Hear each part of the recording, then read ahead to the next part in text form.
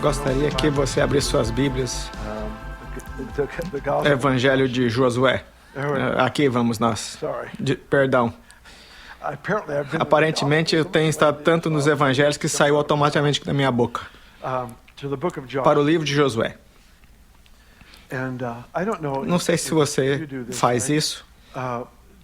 Josué capítulo 1, especialmente os versos 5 a 9, são versículos que eu reviso com frequência. É como minha cabana nas montanhas, o lugar onde eu vou para encontrar descanso e refresco e matar animais. Não, encontrar descanso e refresco, desculpa. Comecei a pensar na cabana nas montanhas. Como lugar para eu ir encontrar refresco, tem uns lugares diferentes nas Escrituras onde eu vou e vou orar e ler e meditar e pensar sobre isso por um longo tempo. Esse é um deles. Esta é provavelmente uma das 3 passagens mais importantes da minha vida nos últimos 40 anos. Tem esse tipo de papel. Ensinei sobre isso antes, já falei sobre várias vezes ao longo dos anos. Não vou mudar nada, mas quero refinar meu foco com você essa manhã. Porque acredito que há uma ferramenta aqui que é necessária para a saúde emocional e mental. Saúde emocional e mental. Nunca vi uma época na minha vida que houvesse uma batalha tão grande pela mente como nos últimos anos. O Senhor nos equipou com ferramentas que são não só necessárias, úteis e edificantes. São ferramentas maravilhosas que Ele nos dá sobre a vida. E um dos subprodutos é que Ele nos ajuda nessas áreas. Isso é o que nós vamos fazer. Josué capítulo 1. Isso é sobre Josué recebendo o bastão ou o batom, depende de onde você é. O bastão de Moisés. Aqui é onde o Senhor fala com Josué: Moisés, meu servo, está morto. O trabalho dele agora é seu trabalho. Aqui está algo para se lembrar.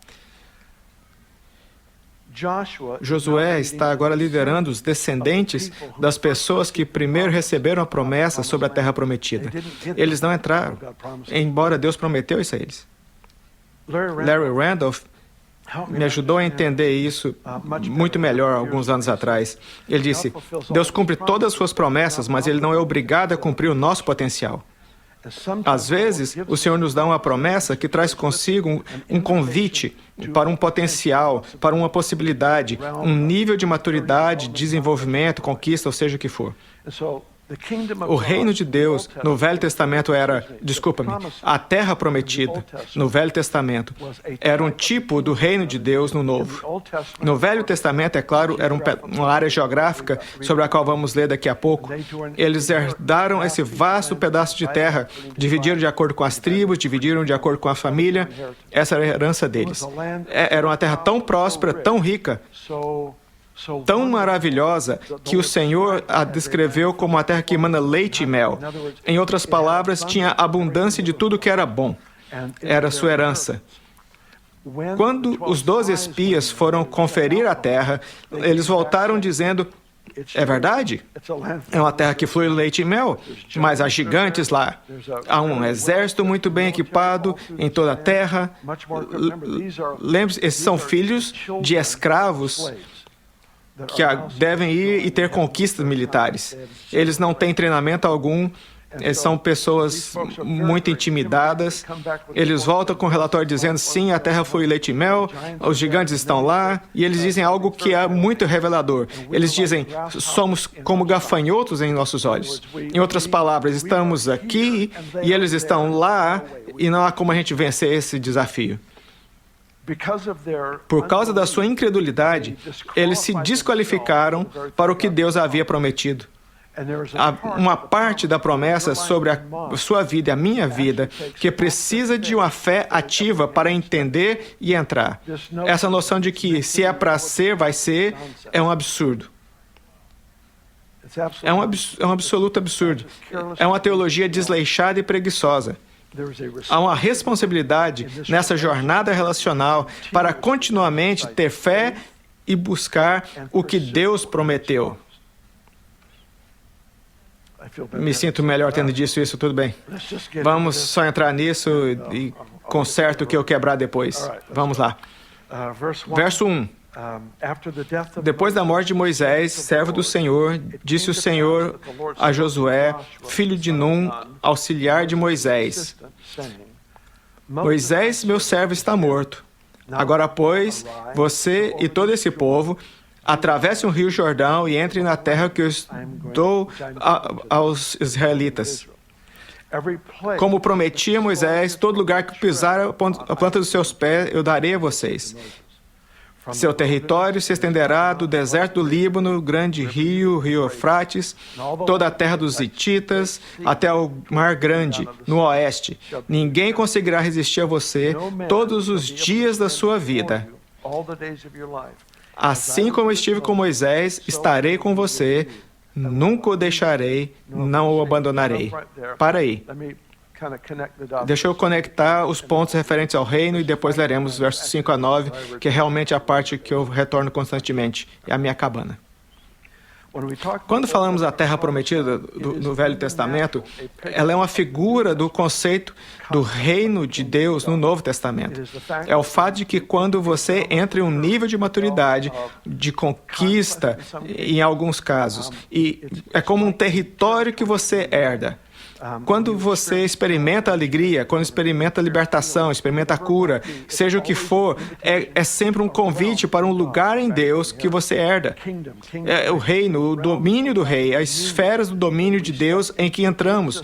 Jesus nos anunciou, o reino está próximo, e então ele diz: se eu expulsar um demônio de você pelo Espírito de Deus, então o reino de Deus veio sobre você. Ele está descrevendo esferas de herança pessoal. Aqui, então, a pessoa que está atormentada, não dorme de noite, seja por que for, o que quer que seja, então Jesus vem, ou você vem e ministra na vida dessa pessoa, e eles passam a dormir à noite. O que isso é chamado? Isso é chamado reino de Deus. É a esfera do domínio de Deus. Recebi um relatório essa semana de outra pessoa que tinha câncer de garganta e foi curada aqui. Eles foram libertos do câncer de garganta. O que é isso? É o reino de Deus. O reino de Deus é a esfera do domínio de Deus que veio sobre essa pessoa. Não há câncer ali, e veio sobre essa pessoa e expulsou esse câncer. Então, tem 5 casos que eu sei de pessoas com Lyme disease que aconteceu nas últimas 5 semanas, 3 semanas, 5 pessoas, um com 38 anos, 10 anos de cama, e assisti o Espírito de Deus. Foi como o Espírito Santo tivesse inundado tudo que estava errado, inundou o corpo dela, como um vaso que tem sujeira no fundo, e você vai colocando água até que toda a piscina saísse. É o que aconteceu. O Espírito de Deus veio sobre ela. Eu tenho um vídeo dela em volta da piscina, coisa que era incapaz de fazer. 10 anos de cama. Como resultado disso, 2 garotinhas que estavam de cama, 8 e 11, com artrite juvenil, foram completamente curadas, estavam pulando com sua mãe, coisas que elas eram incapazes de fazer. O ponto é que vemos o reino que não tem nenhuma aflição vindo sobre os seus corpos e literalmente expulsando tudo que o inimigo tentou fazer para roubar, matar e destruir em suas vidas. O que é o reino? É tudo isso. É tudo isso. Essa é a terra prometida para o crente.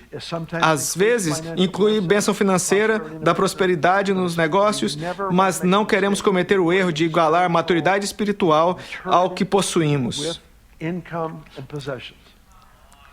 Nem queremos igualar a maturidade espiritual com pobreza. Sim. Vamos jogar ambas ideias estúpidas fora. Deus quer te abençoar mais do que você pode imaginar. Deixa para lá. Eu vou entrar num buraco e não vou conseguir sair, já estou vendo. Verso 5. Ninguém conseguirá te resistir todos os dias da sua vida. Assim como estive com Moisés, estarei com você. Nunca o deixarei, nunca o abandonarei. Seja forte. Agora é onde temos as instruções. Quero que você preste atenção. Seja forte e corajoso, porque você conduzirá esse povo para herdar a terra que prometi sob juramento aos seus antepassados. Somente seja forte, muito corajoso, tenha cuidado de obedecer toda a lei que o meu servo Moisés lhe ordenou. A lei de Moisés era a palavra de Deus que eles tinham naquele tempo. Podemos colocar em seu lugar a palavra de Deus, a escritura que temos agora. Quantos tem sua Bíblia? Deixa-me ver. Segure alto. Tudo bem? Estou contando. Tudo bem. Estamos falando sobre a palavra de Deus agora, ok? A palavra de Deus, nesse caso. A lei que o meu servo Moisés lhe ordenou, não se desvie dela, nem para a direita, nem para a direita, para que você seja bem-sucedido onde quer andar. Preste atenção, ser bem-sucedido é bíblico. Não podemos deixar a definição de Wall Street afetar a nossa posição, porque a verdadeira prosperidade começa do lado de dentro. O alvo do Senhor é que todo mundo aqui seja ridiculamente próspero. Mas seu alvo é o mundo interior. É a minha saúde emocional e mental. Versículo 8. Não deixe de falar as palavras deste livro da lei e de meditar neles dia e noite, para que você cumpra fielmente tudo que está escrito. Só então os seus caminhos prosperarão e você será bem-sucedido. Então os seus caminhos prosperarão. Pensei que o Senhor já fez isso. Não, Ele te deu as ferramentas.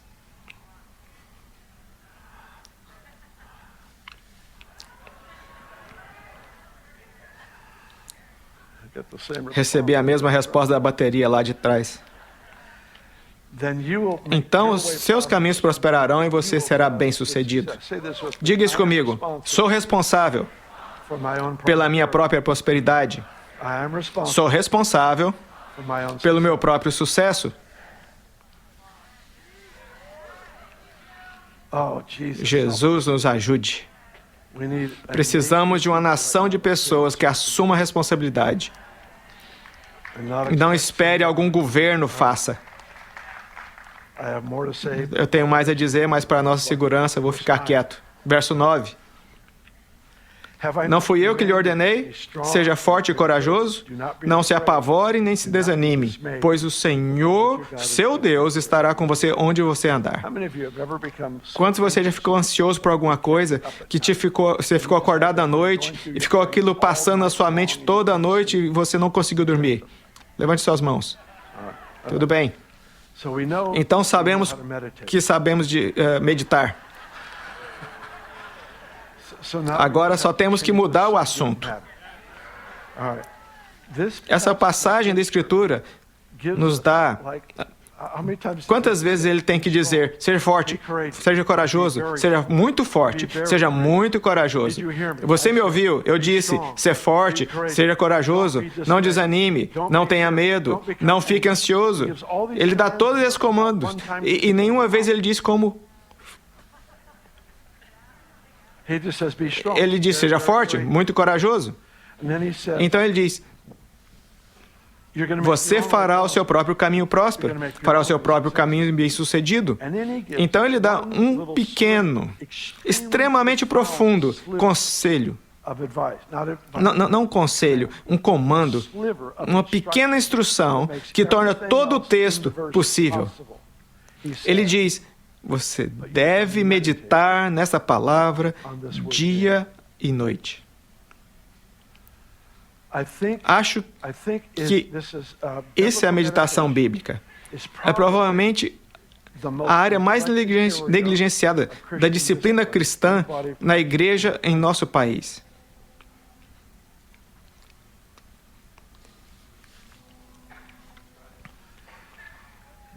Há a meditação ocidental, que é intelectual.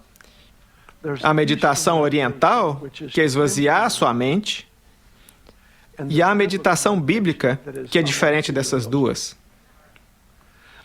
Quero ler a definição dessa palavra meditação.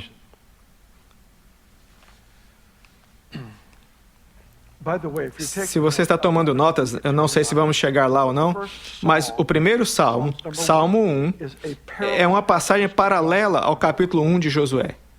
Tem temas muito semelhantes, certo? Então, deixa eu ler essa definição. Significa refletir, gemer, murmurar, ponderar, fazer um som como suspiro. meditar ou contemplar algo como que repetindo palavras. Representa algo bem diferente da meditação inglesa, que só pode ser um exercício mental. No pensamento hebraico, meditar nas Escrituras é silenciosamente repeti-las em um som suave e, ao mesmo tempo, deixando as distrações externas. Dessa tradição vem um tipo especial de oração judaica chamado davening.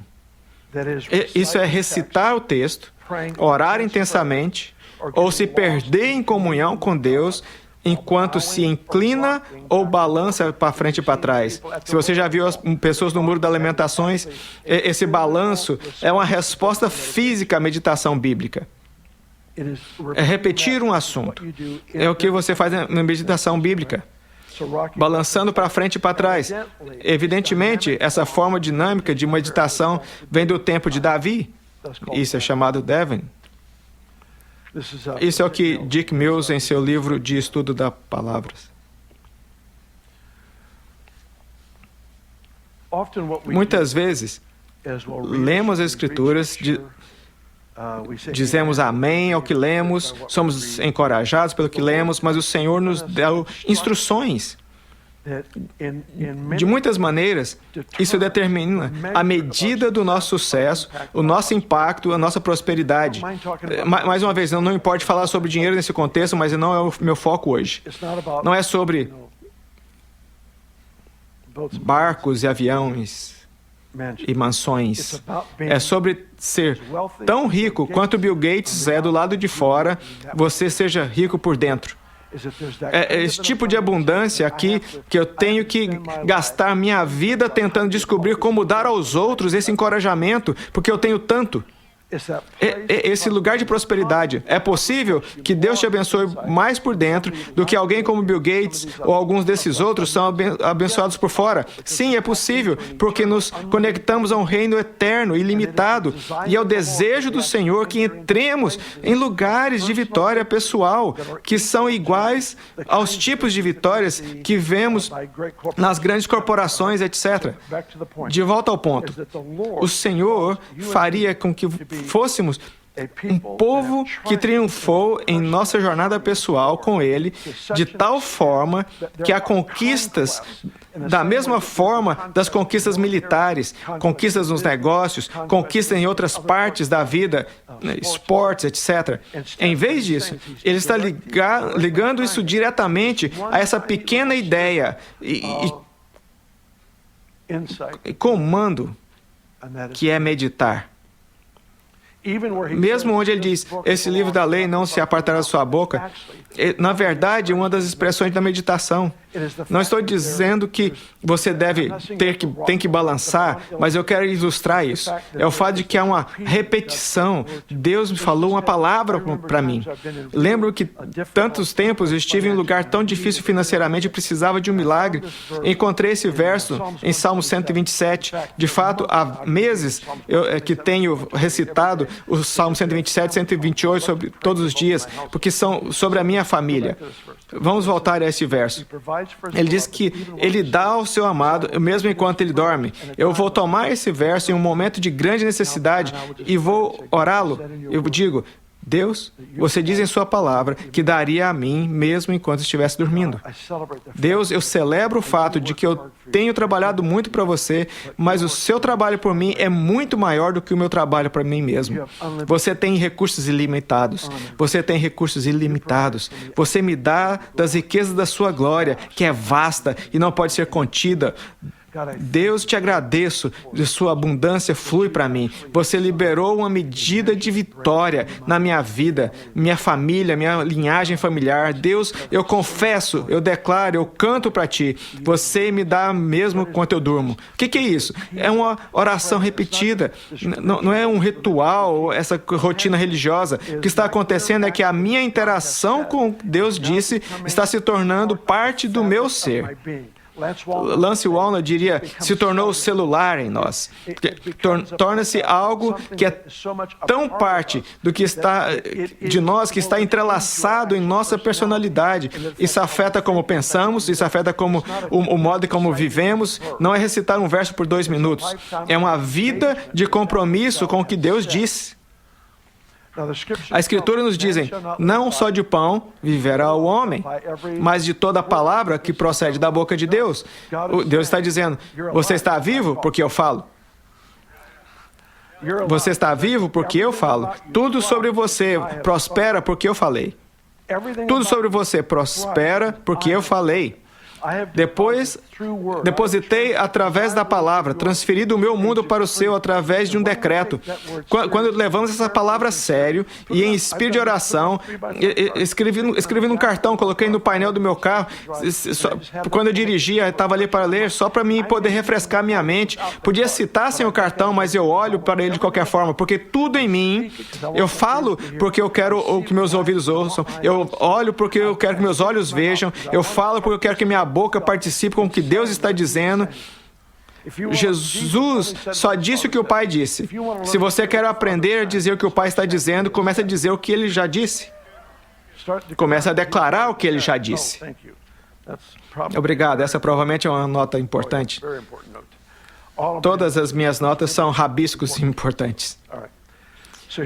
Aqui temos esse convite do Senhor nessa jornada relacional, onde fazemos mais do que simplesmente ler um texto. Vivemos em um tempo onde somos inundados de palavras. Muitas palavras, ideias, conceitos, princípios que são por natureza, são anticristo. Às vezes são fáceis de detectar porque o diabo está de vermelho com um garfo na mão. Em outras vezes é tão entrelaçado na nossa cultura, talvez em nossa própria história pessoal, que não reconhecemos. Se torna parte, até ser exposto, mais do que só no nível dos olhos, mais do que só no nível intelectual, mas com essa interação com Deus, Ele mesmo, que é a palavra, de repente começa a ver coisas. Espere um momento, é como um filme sobre aborto, algo que era aceitável, agora isso não é aceitável. De repente, você começa a ver de outro lugar, porque a interação com a palavra muda sua capacidade de ver e pensar. Meditação é um encontro contínuo com Deus. É uma experiência contínua, onde usamos nossos pensamentos, usamos a emoção, os colocamos em linha com o que Deus está dizendo e, de repente, começamos a tomar forma dessa palavra. Aqui foi dito a Josué que o seu próprio sucesso, sua própria prosperidade pessoal e corporativa como nação dependia deles não deixarem de falar essa palavra. Não deixarem de falar é a expressão da meditação bíblica. A mantenho na minha frente. Tudo que é comandado aqui, seja forte, corajoso, não desanime, mantenha a palavra em sua boca. Todas essas coisas estão ligadas com essa simples tarefa. Medite no que o Senhor disse. Essa é a arte perdida da meditação. Somos inundados de palavras, de ideias, pensamentos tão contrários ao reino. Eu sofro enquanto observo pessoas que eu conheço no corpo de Cristo que adotam essas coisas. São tão contrárias ao reino de Deus. Eles não só adotam no sentido de não mais resistirem a elas, mas eles começam a promover essas coisas como são tão contra Cristo. Pensamentos e ideias anticristo. Eu gosto da internet. Você pode achar qualquer coisa. Às vezes digo, o que eu vou achar hoje? Eu penso, o que eu posso achar hoje? Eu fiz isso anos atrás. Eu costumava comprar por algo. Eu não vou nem te falar porque as pessoas às vezes compram coisa para mim. Não vou falar mais. Tinha um item, eu não vou dizer o que era, mas eu costumava ir ao shopping, olhava na janela e dizia, eu gostaria de poder comprar um desses. Era como $60, mas $60 era como $1 milhão para mim naquele tempo. Olhava e dizia, cara, que isso é tão legal, e passava direto. Vários anos passaram, Eu tenho $60. Eu preciso achar aquilo. Eu achei, fiz uma pesquisa online, achei o que eu não podia pagar 40 anos atrás, agora eu posso. Um pouco mais de 60, mas ainda tá bom. Eu amo a internet, mas há tanto lixo. E há formas de pensamento que são tão perigosas. Há filmes nos aviões. Jesus nos ajude com filmes melhores. Sim, está acontecendo. Está acontecendo. Os Brilhantes foi lançado. Puxa, de qualquer forma, duro cerca de 5 minutos na maioria dos filmes. Me sento e vejo, digo, eu sei de que você está indo. Besta, passa, lixo, passa. Não dura muito tempo. Há tanto bombardeio em nossas mentes, nossas emoções, que estão tentando nos levar a peso emocional, a peso que não parte da nossa vida.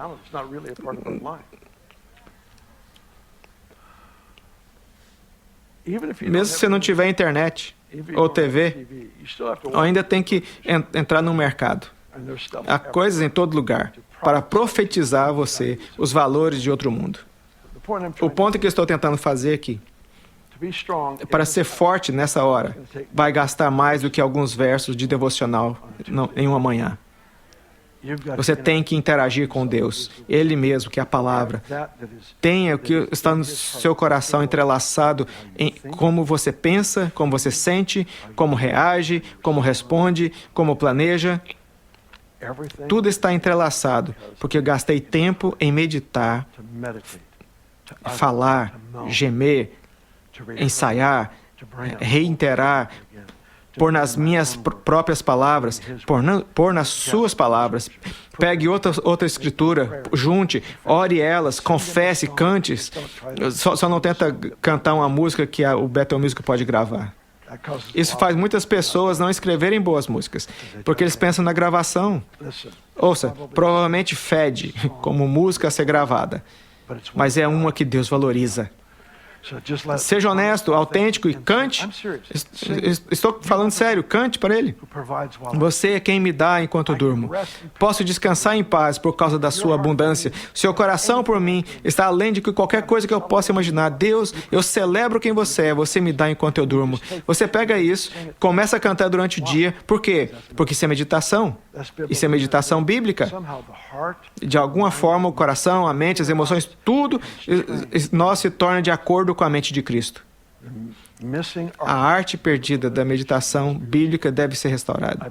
Acredito que é o ingrediente mais essencial para o tempo que estamos vivendo. Quero que olhe comigo. Não olhe em mim, mas olhe comigo. Salmo 1.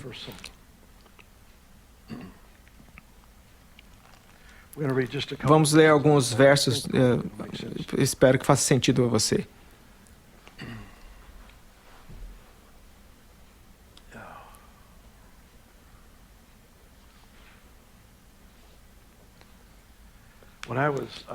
Eu tive um problema físico desafiador há vários anos. Tive um crescimento no meu intestino delgado. A um ponto que não podia comer, eventualmente não conseguia beber. Fiquei em uma poltrona por dias e finalmente me mudei para um hotel em São Francisco e dali para o hospital. A minha prática era sentar com as escrituras ou sentar com o meu iPad e assistir, ouvir palavras proféticas sobre a minha vida. Essa meditação bíblica é o que me manteve vivo e são.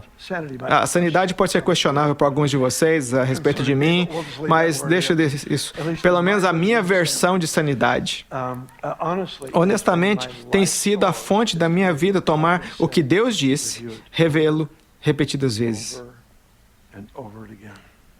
Não me importo se já viu o verso 1000 vezes. Eu preciso de mais uma vez. Você pega esse verso e começa a orar. E diz em sua palavra, e ninguém pode tirar da sua mão. Deus, eu te agradeço, te dou graças, porque a minha vida está firmemente em sua mão. Sua força me protege, sua mão no meu coração me mantém seguro. Deus, eu te honro como pai que se deleita em mim como filho. Você pega isso e processa, é mais do que 2 minutos pela manhã. É um estilo de vida que começa a afetar e infectar a forma como pensamos, oramos e declaramos e o que dizemos. E fico sentado ali por horas, só revisando, lendo de novo, assistindo o vídeo novamente, voltando-me para Josué 1 de novo e de novo, lendo esse salmo que tem sido uma fonte de vida para mim, de novo e de novo. Estou te dizendo, é uma fonte de saúde mental para nós, sempre e especialmente nesse tempo. Tudo bem. Salmo 1, verso 1. Bendito o homem ou mulher que não segue o conselho dos ímpios. Desculpe um segundo, eu preciso tossir. Expulsamos, agora estou melhor. Feliz é aquele que não segue o conselho dos ímpios e não imita a conduta dos pecadores, nem se assenta na roda dos zombadores. Minha avó, a mãe da minha mãe, citava esse primeiro salmo o tempo todo. Posso escutá-la dizendo enquanto eu leio. Acho que ela estava preocupada comigo e ficava citando isso para mim. Nem se senta na roda dos zombadores. Sim, vovó, estou fazendo o que eu posso. Verso 2. A sua satisfação está na lei do Senhor, e nessa lei medita dia e noite. É como árvore plantada à beira das águas correntes, dá fruto no seu tempo certo, e as suas folhas não murcham. Tudo o que ele faz prospera. Essa é uma passagem paralela ao capítulo 1 de Josué.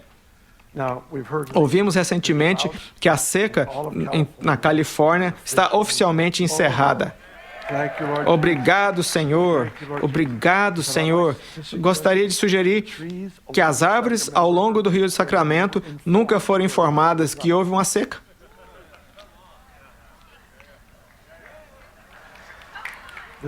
As árvores ao longo do rio nunca souberam. Houve uma seca. E aquele que medita na palavra não passa pelas estações de seca pelas quais outros passam, porque as raízes começam a penetrar fundo nas fontes subterrâneas dos rios de Deus, onde sempre há mais do que suficiente, sempre mais do que suficiente.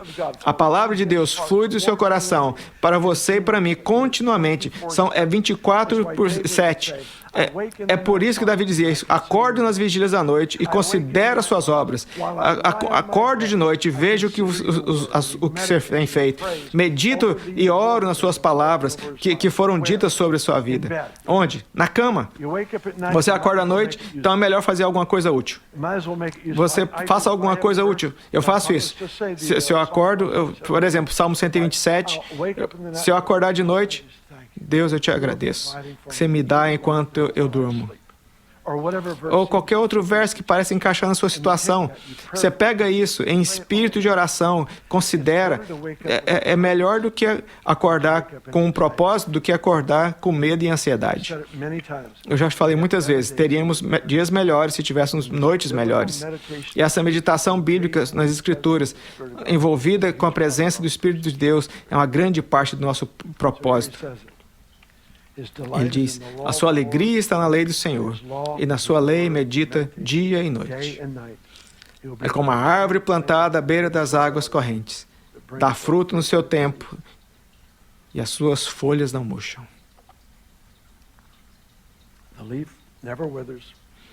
Tudo que ele faz prospera. Mais uma vez, quero ligar a generosidade da alma que está ligado com a meditação bíblica em sua palavra. É esse gemido, esse falar, é a oração, é o citar, é a declaração, está transmitindo, está cantando, está ensaiando cada aplicação do que Deus disse sobre a sua vida. Algo acontece, é o coração da fé nessa atmosfera. Há 3 coisas que eu estou ciente dessa manhã que nos dá um convite, um mandamento para meditar. Uma delas é a palavra de Deus. Tudo que Deus diz. Marque, você pode pegar porções da palavra aqui, como no livro de Naum, o que Deus falou comigo em agosto de 2009. Tem uma pequena nota ali que eu fiz, porque essa passagem o Senhor falou comigo, eu vou orar, eu vou declarar. Ele ressaltou isso a mim. Tenha sua história com Deus na sua palavra. Medita na palavra. A segunda coisa é que meditamos nos seus caminhos. Davi falava sobre acordar à noite e considerar a bondade de Deus, a grandeza de Deus. Ele contemplar a pessoa de Deus, como ele escolheu, como ele me escolheu. Ele considerar, por exemplo, a misericórdia e a bondade de Deus. Deus, você é tão gentil.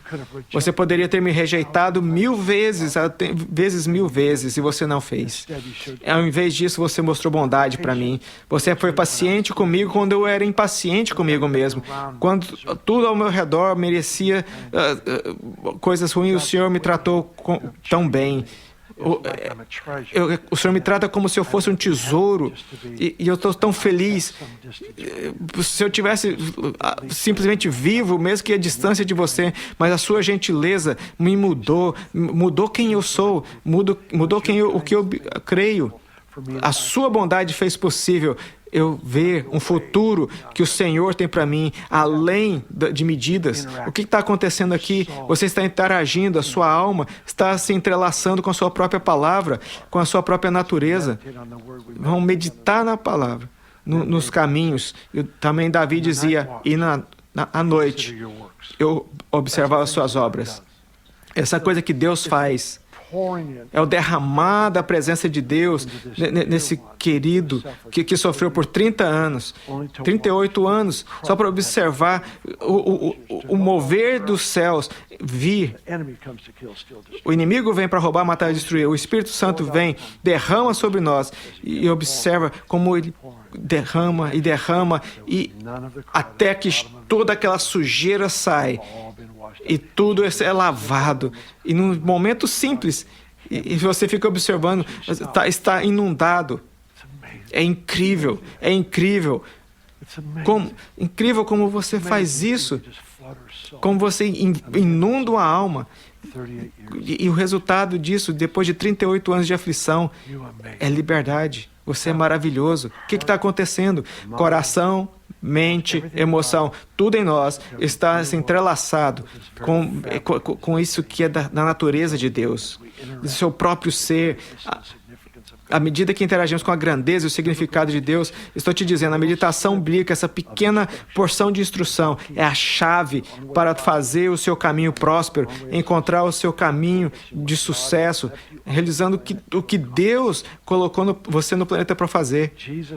Jesus não passou pelo que ele passou para que nós sentássemos em um banco e esperar o arrebatamento. Ele nos designou para sermos vencedores e conquistadores. Estou te falando, não é possível sem abraçar essa ferramenta que Deus nos deu chamada meditação bíblica. Coloca aqui a mão no seu coração. Me ajude, Jesus. Me ajude, Jesus. Sim, me ajude. Sim, me ajude. Senhor, eu oro por um dom incomum de graça. Lembre-se que a definição da palavra de Dick Mills, que significa nos livrar de distração para que pudéssemos realmente nos entregar. O que acontece quando nós meditamos no meio do caos? Começa então a nos moldar que o restante do dia muda. Um dom. Que a meditação bíblica seja nos dada pela palavra. Aqui, na Beto TV, quem está vendo à distância, que haja sanção para a meditação bíblica que mude como nós... Obrigado por ouvir o Sermão da Semana. Esse podcast semanal é traduzido